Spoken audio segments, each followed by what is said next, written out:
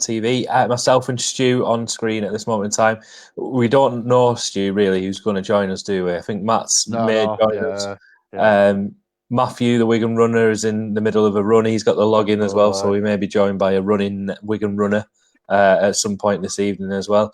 David is probably too hungover celebrating Warrington's Challenge Cup victory. So yeah, we don't know who's going to join us, but it's myself and a very confused-looking Stu at the moment. Are you being attacked by a wasp or something? Shadden's just walked past the screen. I don't know what she's doing. We've got to start the show, Stu. Yeah. Say hello. Hello, Sharon. We've got to start the show, Stu, and I know I've not sort of run this by you on a serious note. And Mark's joining us. We'll wait. Mark's coming onto the show. He's just logging in at the moment. I know you two have got a bit of beef to have with one another. We'll bring not on air. Right, we'll bring Mark in. Mark, good evening. Hello. What beef? Do you owe an apology to Stu for chicken? It's all right. We're all right. We're men here. You know what I mean? We're all right there. It was just a joke. It's all right, Paul. It's all right, mate. Don't worry about it. It's all right. It's all right. You might want to turn your volume down a little bit, Mark, because there is a little echo coming from your headphones, I think. But Mark, what I was just saying is we've got to start the show on a serious note. It's very rare that we have to be serious on this show, but it's time to sort of put our sensible heads on it and be a bit serious, because we do have people that watch the show. I know Kieran Smith, somebody who watches the show, does live in St Helens, so we have got to address the sort of the big issue in the room, the elephant in the room, and that is that we need to provide a warning. We need to provide a choking hazard. Anybody that is watching in St Helens, this does contain a lot of taking the mick out of you, so we don't want you to choke. We know it's a regular thing that happens in St Helens. We are going to take a lot of pleasure out of you losing against Warrington and losing in a final or a semi-final again. At least you got there, all that kind of stuff, but you did choke again, and we will be taking the mick out of that quite a bit. Mark, I'm going to come to you first, because you are always the sensible person, I think, in terms of this. I know you're shocked by saying that, but who else have I got to go to? I've got Stu in the middle. I'm not going to get any sense from him. So let's start with you. Let's get your thoughts on the Challenge Cup final first of all. Sounds strange talking about Saints and Warrington, but I think it needs to be addressed.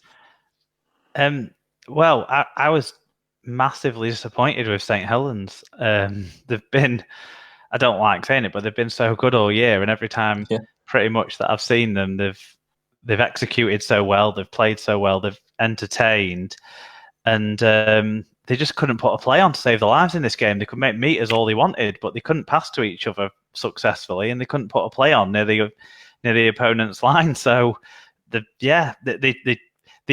only managed to choke when they got into the final 20 most of the time, which I was hugely... I just thought they were awful. I think Lomax has been so great this year, and he was awful. I think Coote's been so sure-handed this year, and he was awful. Walmsley dropped the ball 2 or 3 times on exit sets as well. I was just furious with them. They didn't contribute to the spectacle enough, but Warrington... had a great game plan, didn't they? And they executed it perfectly. So credit to them. No more bottle jobs, only chokers left. Yeah, absolutely. I mean, do you think this is like a real problem for St Helens now? It's not just a little thing. This is a massive issue that everybody's aware of. Like as it becomes such a psychological issue that it's going to take either something completely remarkable to get out of it. And how on earth do they actually do it?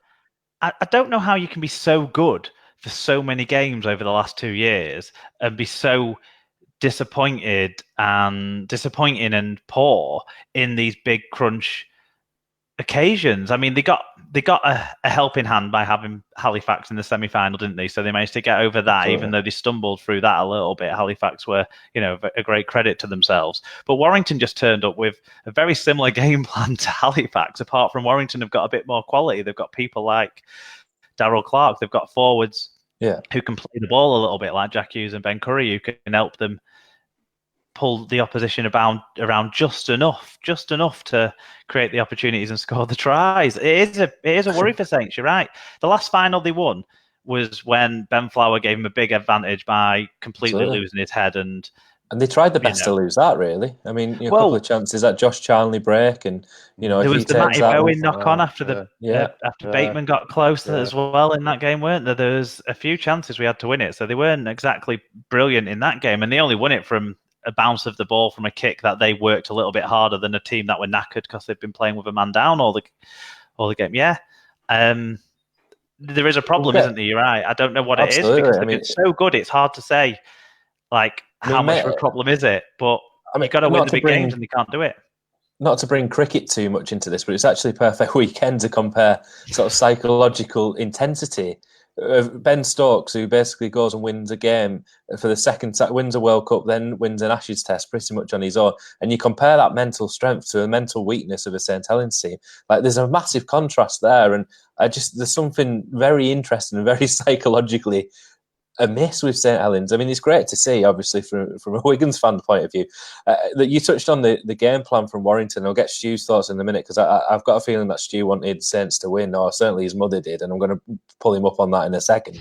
But I actually think Warrington's game plan has been benefited by Blake Austin not being in the team, and the fact that they knew about that early enough and they didn't try to bring him in. I actually think they would have struggled if they brought Blake Austin in and tried to play with a 50% fit Blake Austin. They knew about it, they had to deal with it, and I thought they came up with a fantastic plan.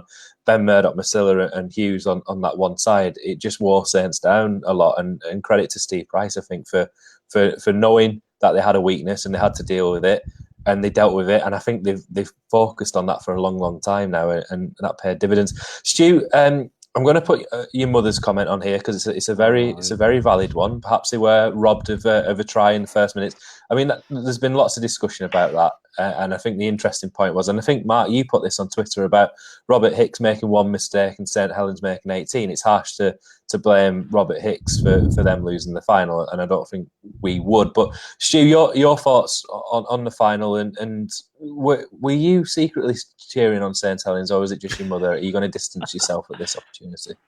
Right, let's rewind back to Saturday. Went shopping, come back, cut the grass. More pleasure than watching them two heaps of. It's like I just couldn't watch it, Sean. I hate the pair of the teams, man.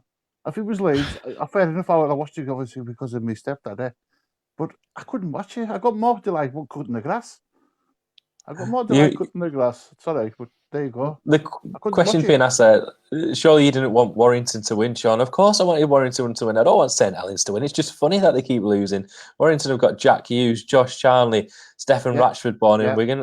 They are Wigan's B team, and it is like trying to pick between a rock and a hard place. I understand that, but I'd rather be on the hard place rather than under a rock in St Helens. All I can say is, right, St Helens have got one thing in common with Alfred's. I've been thinking there.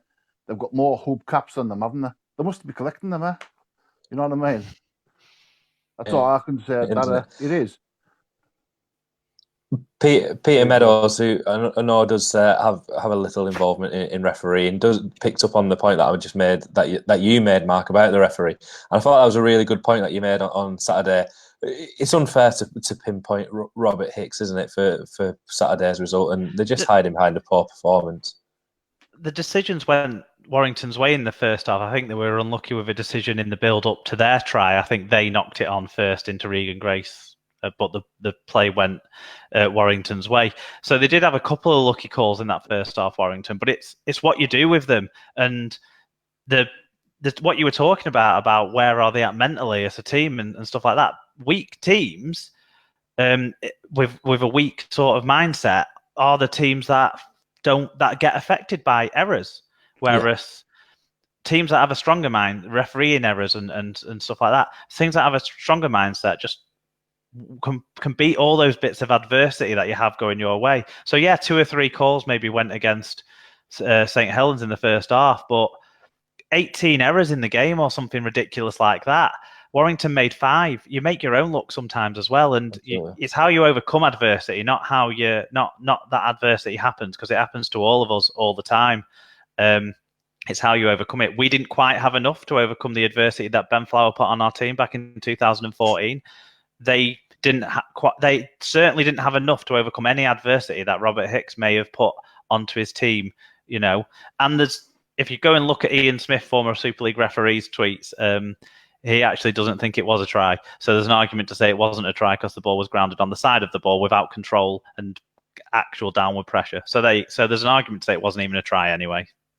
I think what's really interesting, if we were to bring this back to Wigan, is to compare and contrast St Helens' approach post losing a final to Wigan's approach 2 years ago, and the Tony Clubb try, which I still think should have been a try. Not as clear cut as what we're talking about in terms of St Helens, but Wigan certainly didn't write to the RFL to ask for clarification on that. They took it on the chin, got on with it, and I just think St Helens haven't helped themselves post game either. There's a massive chink in St Helens' army, and I think they're showing it continuously after the final as well. One thing that we do get to enjoy on Friday night is the awkward celebrations of them lifting the League Leaders Shield. That's always always an interesting sight, and particularly now the fact that they've lost. I hope the they do final celebrate it, because they might not get another trophy this year. Absolutely. So yeah, and we had. I've just put Kieran on here, who I mentioned before, who lives in St Helens. He was very quick with pointing out the fact that they had the banner pretty much on display, didn't they, in the Transport Museum at Saints? They had it happens to the best of us, doesn't it? And one thing that I've got to say is Red VTV, who do the equivalent of what we do for St Helens, full credit to them, because they not win, lose or draw or golden point, they always do a video. And they persisted, and they still did a video after the game, which must have been very, very difficult. And one of them was drunk. Yeah, I certainly couldn't have done that. So fair play to them. They persisted with it, but it is still a bit of a funny watch if you want to check that out on YouTube. Right, enough talking of that for this moment in time. One thing that comes up this weekend, obviously, we're playing Wakefield on Saturday. We have an opportunity. We have the opportunity, and we're coming up against one of our current players, Morgan Escaré. Stu, your thoughts on the fact that, one, he's over there. We've discussed Morgan Escaré quite a lot. Two, the fact that Wigan are allowing him to play against them on loan. And three, do you think we'll see him ever play for Wigan again? I don't think we will. Don't get us wrong. For what he's done for us, brilliant, absolutely spot on what the kid done. But I thought there would have been a clause, because any other player that's played against us, not all the time, but majority of the time, hasn't played. But there you go. If he wants to prove what is at the end of the day, be with a few other Wiganers that's playing, used to play for us, Hampshire, and so let's see what he can do. Do you know what I mean? He'll be up for it. So let's see what he can do. Bring him on. You know what I mean? Mark, if I remember rightly, I think the last time we won at Wakefield was 2 years ago, and the difference that day was Morgan Escaré with a try and a couple of conversions, and we won by 6 points. Your thoughts on us coming up against Escaré, but is it a mistake for Wigan to allow him to play against themselves? Are we potentially shooting ourselves in the foot? You give him a narrative, don't you, by letting him play against us? If he doesn't, if we put a reason in there for him to not play, like Hull FC did with Chris Green, then if we lose to them, the story isn't going to be. It's bound to play a part, because there's 17 men. They all play the part if you win, especially if you win against a better team than you are, which is the situation Wakefield will be in on Sunday. So it's just a chance to have a narrative and a chance to knock ourselves. We've done so well in the last 3 months to get over the 3 months before that, or the last 2 months, sorry, to get over the 3 or 4 months before that. Why have we given ourselves an opportunity to get a shot in the foot, like you say? I just don't get it. It's a Wigan thing, isn't it? Yeah, we know his weaknesses, we know his strengths, we'll know how to deal with him. And I think it's fair to say that Lamb probably doesn't rate him hugely. But Stephen Roberts' comment there, they didn't play Chris Green against Hull FC, and they were loaned on the exact same day, Stephen. So it's a bit strange. But the best team possibly that Morgan Escaré is going to come up against is Wigan. So if he can show himself against Wigan, it's the one chance he's got maybe to stay at Wigan next year, because Lamb clearly isn't a fan. Yeah. I must correct myself. I obviously said the game was on Saturday. It is on Sunday. People are panicking, asking if the game's changed. Please don't turn up to Wakefield on Saturday and blame me. Do you expect to see him play for Wigan again, Mark? I'm like Stuart. I'd say probably not. No. It all depends if any other weird rumours that have been around actually come off to be transfer deals, and maybe we don't have one of our other fullback options next year. Then we will. He's still under contract. We might want to keep him around, but I'd be surprised. The interesting news as well that sort of broke before we came on air was Tony Gigo leaving Catalan at the end of the season as well. That you broke that news. Yeah, I broke that news. So everybody knows. Honestly, it's because I speak fluent French. You see, they thought if he tells Sean, he'll explain it in English on here to the millions of people that watch this. Of course, Tony, but that could have a knock-on effect, obviously, for Escaré. There's potentially an option for him to go back over there and be perhaps a backup fullback to Tompkins. It could be an option that now opens up for him. We don't know. I mean, Gigo's rumoured to be. Leeds are obviously interested in him. Warrington, because they don't have a salary cap, are interested in him. Obviously, Rugby Union as well. So that could be one to watch for Escaré. There could be a move back to France available for him there. Stu, I think you've been a fan of Morgan Escaré. Are you ultimately disappointed with the way that this finishes, perhaps for Escaré? That he's been a firecracker. He's been a decent player for us. He's a grand final winner, and a World Club Challenge winner. But why do you think Wayne and Lamb didn't trust him? What's in his game that ultimately has let him down? Defence, in it, high ball. That's his Achilles heel in my eyes. I'll be honest with you. His Achilles heel, the high ball. And sorry, just for people that don't understand your accent, there, you're saying the high ball, not the eyeball. There's nothing wrong with his eyes. Cheers, Sean. Yeah. You'll be quiet, Illingworth. I haven't forgive you. Right, no, but all I'm saying, there's no beef or chicken here, Mark. Right, I'm back to the thing, Sean, before you interrupted us. If I was Lamb on Sunday, I would have Bevan French all over him, marking him, thing and that, because the pace of that man is just electric, brilliant. The size of him is, well, imagine him against Escaré, just run over top of him, end off. But give him one-on-one all the time, try. Well, that's what I would be doing, eh? Simple. It's a very nice segue, that, Stu, to I guess what should be the next question is, and we spoke about this 2 weeks ago on the last show, is where does Bevan French come in? And it was convenient, I think, that Burgess wasn't 100%, and we spoke about whether Burgess needed that time away perhaps from the game and try and come back with a bit of form. Assuming that Burgess isn't fit and back ready after a couple of weeks off, Mark, where does Bevan French play, or where does Burgess play on Sunday? I don't think we're going to have to worry about it, because I think Burgess will be held back. Lamb wouldn't have been talking about him being an injury issue if he wasn't one. So, yeah. So I don't think we have to worry about it. But I'd stick him as a wing option for this year. I think he still has to learn the pattern of play. He still has to get to know the playmakers. Yeah. And on the wing, like Stu says, it's his size as well as his speed. It's just an absolute weapon, and I'm as excited as Stu is to see him in action. I think on the wing's the safest bet for now. Stu, yourself, you're not in agreement. Does this spell danger for the rest of the season for Burgess if Burgess comes back fully fit and you're putting him up against French? Who gets the nod? Well, I'm being funny. Like I said a few shows ago, points pick prizes, and this is what we wanted. Competitions. At the end of the day, why not? This is what we've been calling out for. Start the season, and now it's happening. Coming towards the business end, bring it on. I'm sorry, I know I'm being a bit harsh towards Joe Burgess, but he's a good player. But lately, has he? But I agree with you. Bevan French, definitely. You know what I mean, Mark? Definitely. Yeah. I think Marshall's played better since French has been around the squad. I think he was coasting. I think they were both coasting a little bit. Yeah. Marshall wasn't doing as much work, partly with an injury, and Burgess was dropping the odd ball, even though he was still going quite well. I'm with Stu completely on that. Competition has really improved our wing options. With them 2 injuries, we've coasted a little bit, the 2 lads that are in there. I agree with Stu completely. I think there's a comparison there as well, isn't there, with the grand final a few years ago? I think it was Stu's gone.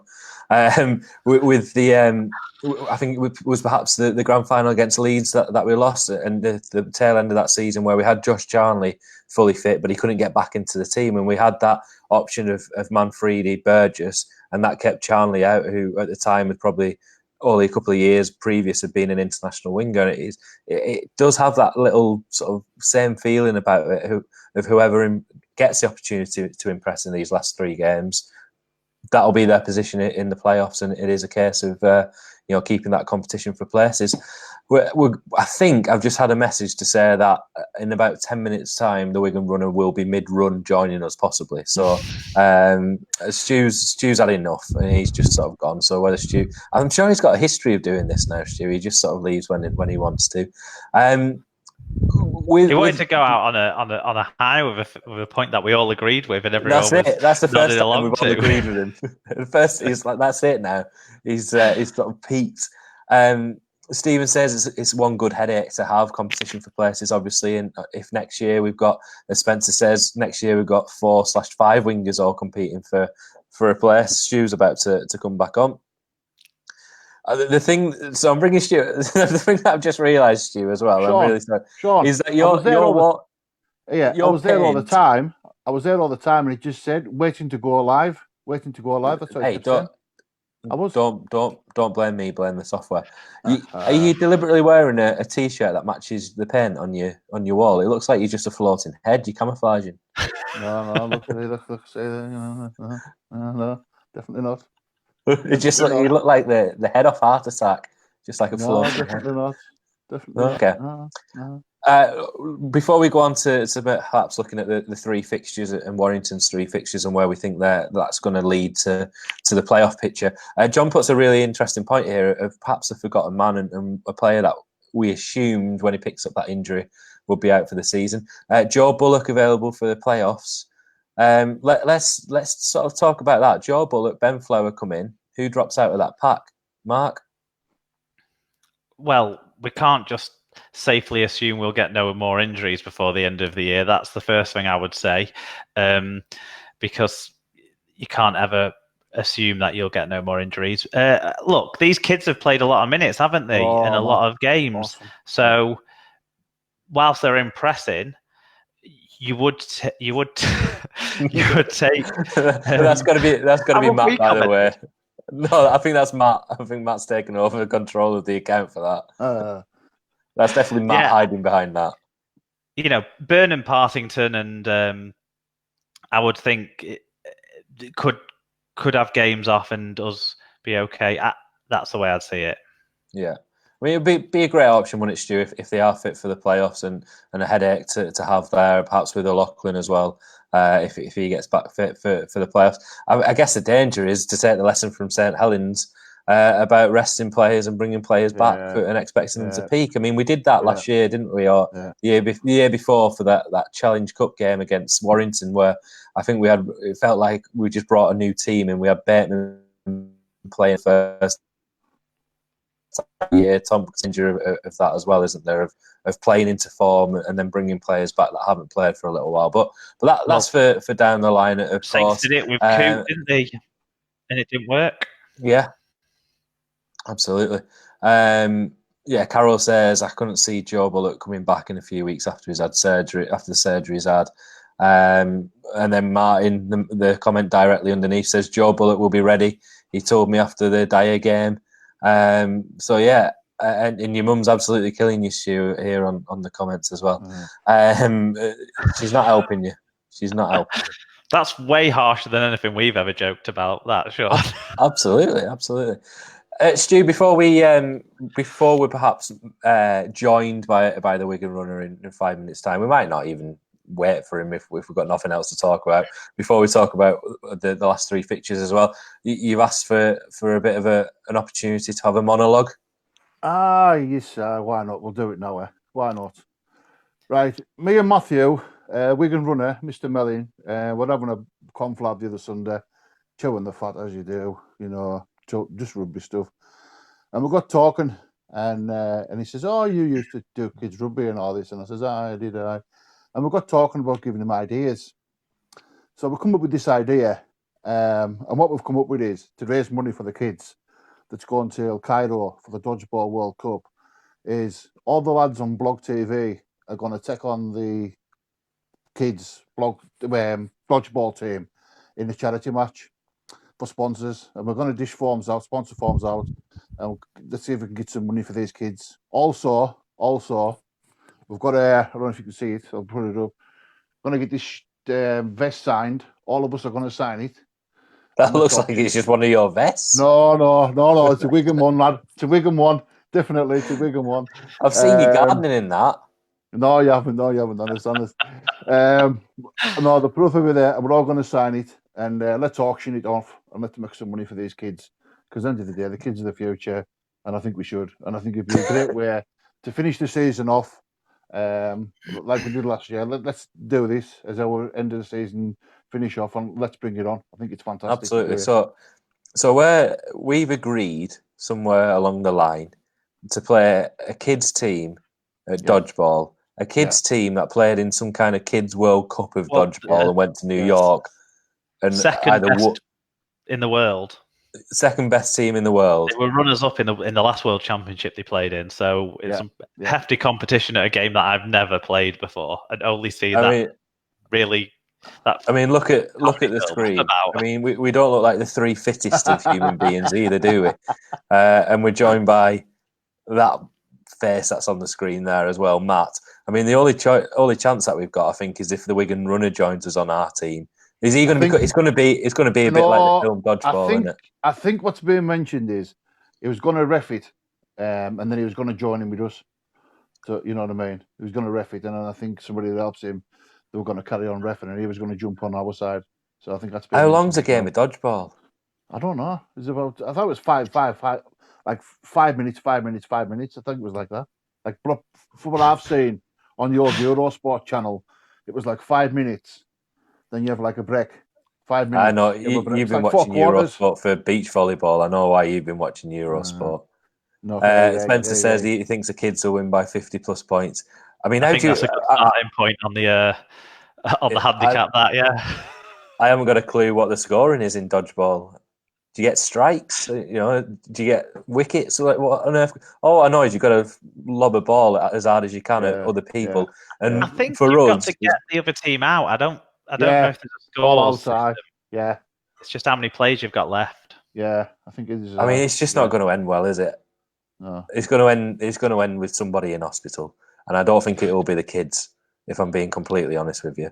Right, so we'll obviously let everybody know about that close to the time as well, but well done, Stu, for organising that. Yeah, no bother. Trying to basically, I mean, last year we finished the season Wigan Central doing something that at least we're half decent at, which is drinking and holding the Super League trophy, and now you've roped us into playing the second best team in the world at Dodgeball. Good one, Stu. Why not? It's summer for the kids, isn't it? And it's a first. You know what I mean? I bet all the rest of the blog groups haven't done this. So yeah, it'll be a last as well. Well, one thing that I think we organise ready to before the Good Friday game. That's what I want to organise, and rope in some random sort of like play tag rugby against the Red VTV people. Oh no, way you're talking now, man! Bring it on. Yeah, let's do it. I think that's a good idea. I'm up for that, man. And we'll rope into... Stu ain't playing touch. This man deals with people properly. They're all going to be like Ronnie the Rhino, knocked out. Yeah, they are. And we'll sort of rope in some sort of ringers as well to help us with that. Right, back to not serious stuff, but last 3 games we've got Wakefield away, Catalans at home, Castleford at home. Stu, how do you see those 3 going? Do you expect 3 from Wigan and basically give us maximum points? Yeah, I do. Okay, brilliant. Succinct again. The Rocket Stadium is going to be a bit hard, isn't it? You know what I mean? We've been off for a bit. I know they have themselves, but we'll just sneak it. Kicking, come down to kicking. And then obviously we've got the return of Mr. Tompkins, Mr. McAlorum. Which McAlorum, I don't think he's played at home against us yet since he went there. So that's going to be a feisty little confrontation, isn't it? I don't know if they're still battling to get in the top 5, or they're what's the crack well, they with them? are, aren't they? And I think that's the important thing in terms of these fixtures. We're playing a Wakefield team that are probably one victory away from safety in reality if they're not already there. Catalans who need results to go the way, but if they do go the way, it could sneak in there. And the same with Cass as well. So we're not finishing the season. I don't think whoever you play, unless you play at St Helens, you're not playing against a team that's all the final position's already sorted. I think that's quite an interesting element to Super League this year. Is there's still lots of places up for grabs, either at the bottom or the top. Mark, your thoughts on the last 3? How you see them going? How important do you think it is that we're going to have got those 2 final games both at home? It could be crucial, couldn't it? Because we could well need to win them both. We'll go into all of those 3 games favourites. I think that's fair to say.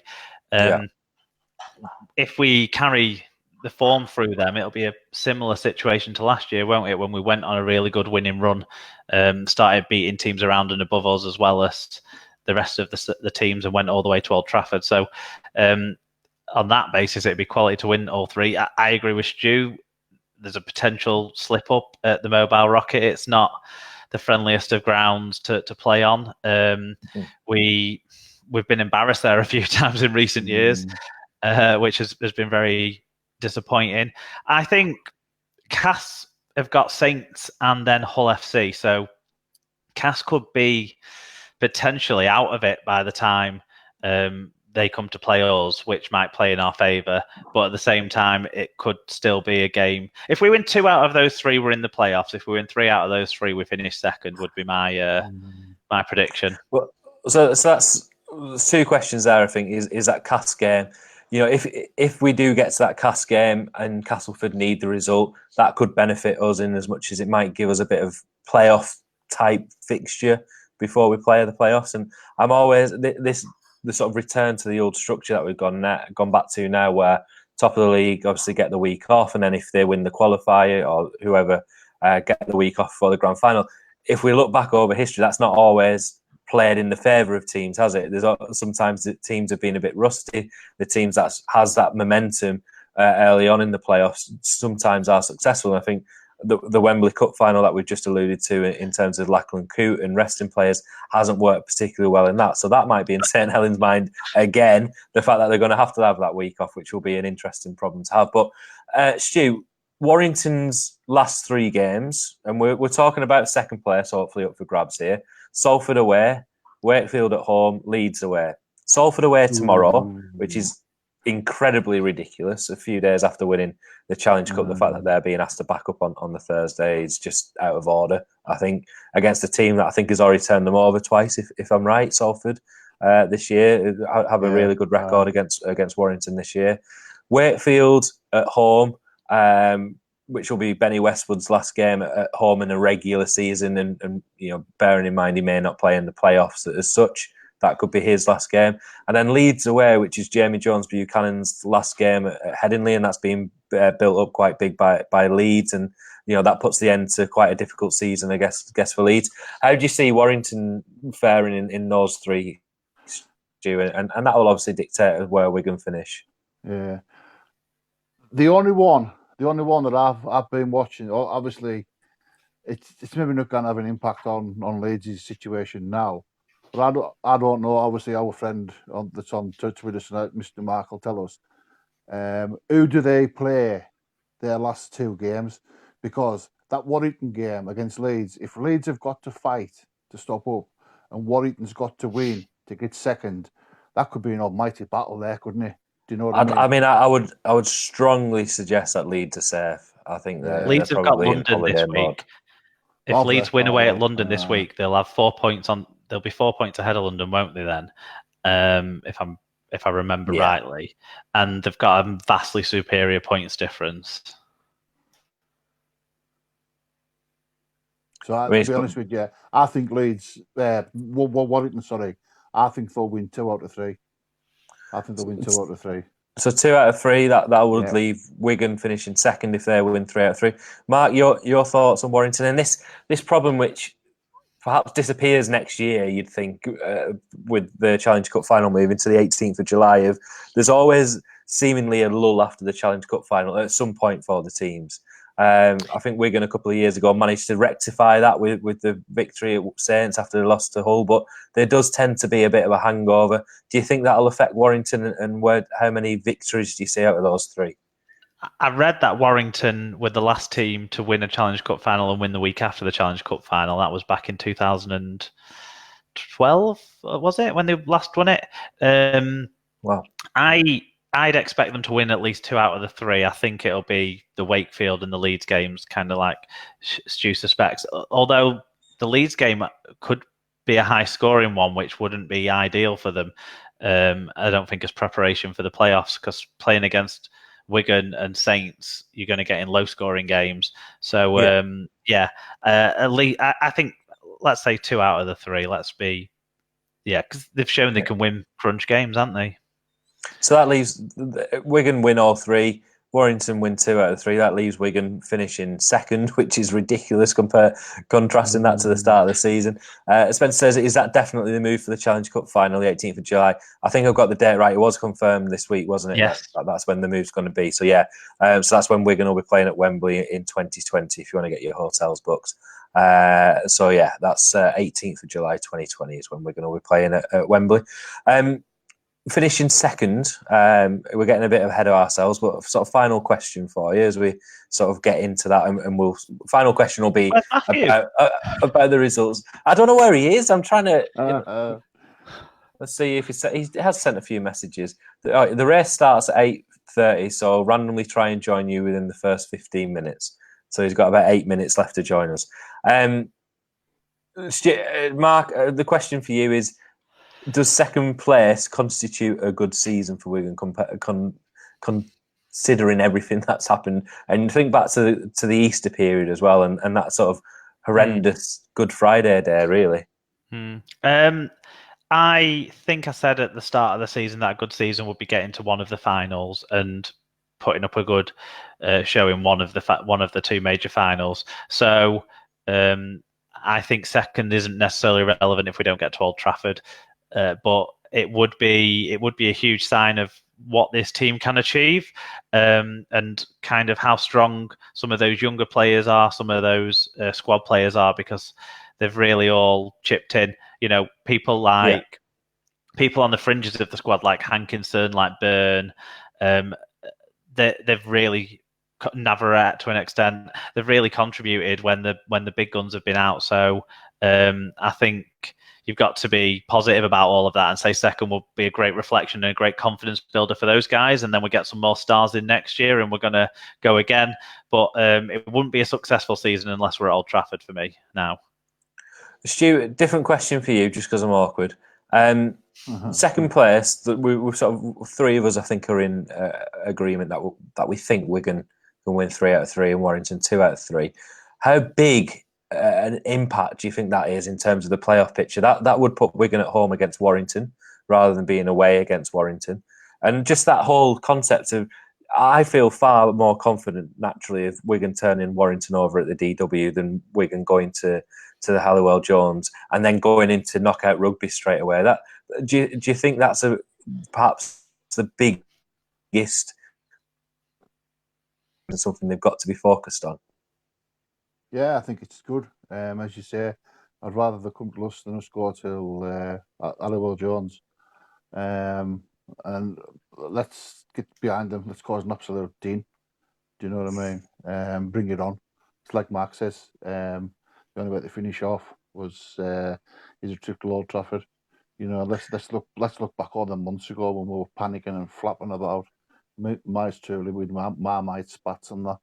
But now, oh man, it's like let's focus on that. It's like walking from a bad nightmare and thinking, what's going on? Do you know what I mean? It is. I think earlier on in the season, Stu, if I remember rightly, you had Lamb out, Lenigan out, Radlinski out, Hardacre out. Yeah. Basically, if you could have 13 Stammets in the team, you would have done. All right, there you go. All right, okay. No bother. And interesting point for you it's here that Martin makes before we get some score predictions for the Wakefield game. Door right off Salford can see them winning their last 3, and if Wigan and Hull slip up, they'll finish second. That's an interesting point, Mark. You take on that? I mean, what a season they've had, by the way. Ian Watson's a fantastic coach, isn't he? Not just that he gets the most out of the team and gets them performing all well together, deal with the fact that they're not necessarily always sure about whether the club's on sound enough footing and stuff going forward. They don't have a big squad. They don't have a big backroom staff like we have. They don't have all of those things. So you've got to say they're doing absolutely fantastic. They play exciting rugby as well. They play really good rugby.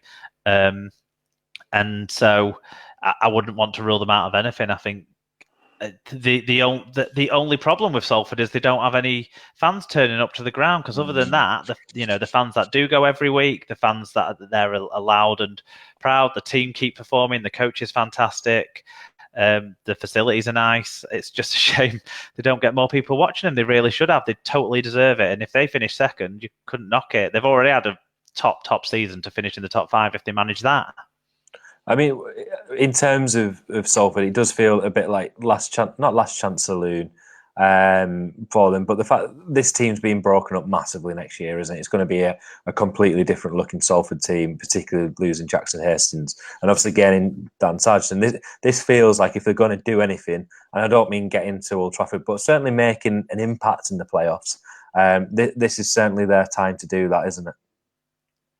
And they're going to be even more of a ex-Wigan players team next year, I sort of feel. I think... Yeah. You're right. I think it'd be fantastic. If we didn't make it to Old Trafford at their expense, I wouldn't be like that heartbroken about it, because it's a good opportunity for them to get in more fans. And Spencer's put a comment on there that I can see, which is a really good point, which I noticed on the socials today, that they've offered Bury and Bolton fans to watch for free, and I think it gives them a good opportunity to hopefully draw in a few more fans, because even 20 fans is a big percentage-wise for their normal fan base. So anything they can do to get more people in the doors and get them hooked on what is a really exciting team playing great rugby. And even next year, without Jackson Hastings, I'm sure Watson will have them playing some exciting stuff. Absolutely. And Watson obviously rewarded with being one of the assistants on the Great Britain tour as well, which is nice, a nice reward for him as well. And sort of echo what you say, because they have had a fantastic season this year.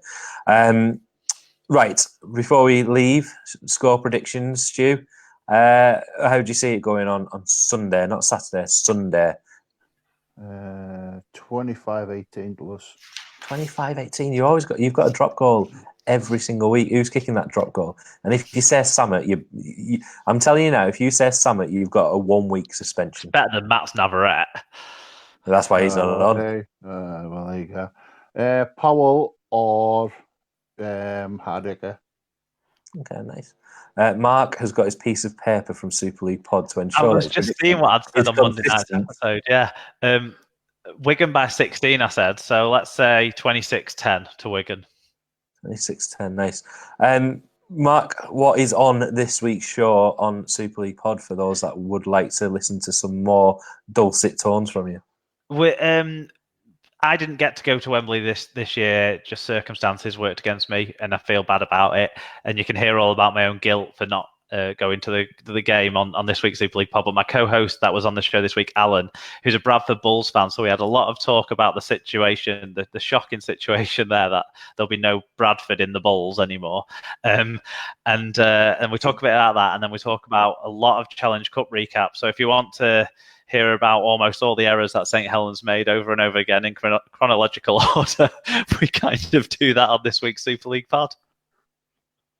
Sounds good. I might listen to it just for that, and listen to it over and over again, because I did enjoy that. Guys, thank you for joining us. We've given him 45 minutes, haven't we, to join us, the Wigan runner. And he's not joined us, so hopefully the problem is he's probably winning whatever race he's in, and he doesn't want to be held back by us. So he doesn't win. He's taking selfies. That's what he's doing. Yeah, he is, and they're always really good photographs as well, aren't they? And he featured in Lad Bible last week and all sorts of things. In the Metro, he's too big for us, and he's been trying to trying to give us more betting tips, hasn't he, today? I wonder what his value would be on Salford on Thursday night with the. Or I wonder what the market it'd be setting on us in the dodgeball game. That's what we need to find out. Maybe that's what. Yeah. I wouldn't be putting any money on us anyway. Right, everybody, thank you for watching us, and thank you for joining us. Next week we'll be back previewing the Catalans game and seeing how close Wigan are to that second place spot, if at all possible. Stu, thanks for joining us. And next week, if you join us, please wear some clothes. Mark, thank you for joining us, and thank you for sorting your lighting issue out and putting a light bulb in this week. Hopefully soon I'll have a new room to do these things in. So refer to it as a studio. It'll be better than the dining room, that's for sure. Yeah, you were building a studio just for Super League podding this. Let's go with that. That's a commitment that you've got. Right, guys, thanks for joining us. Thanks everybody for watching, and we'll speak to everybody next week.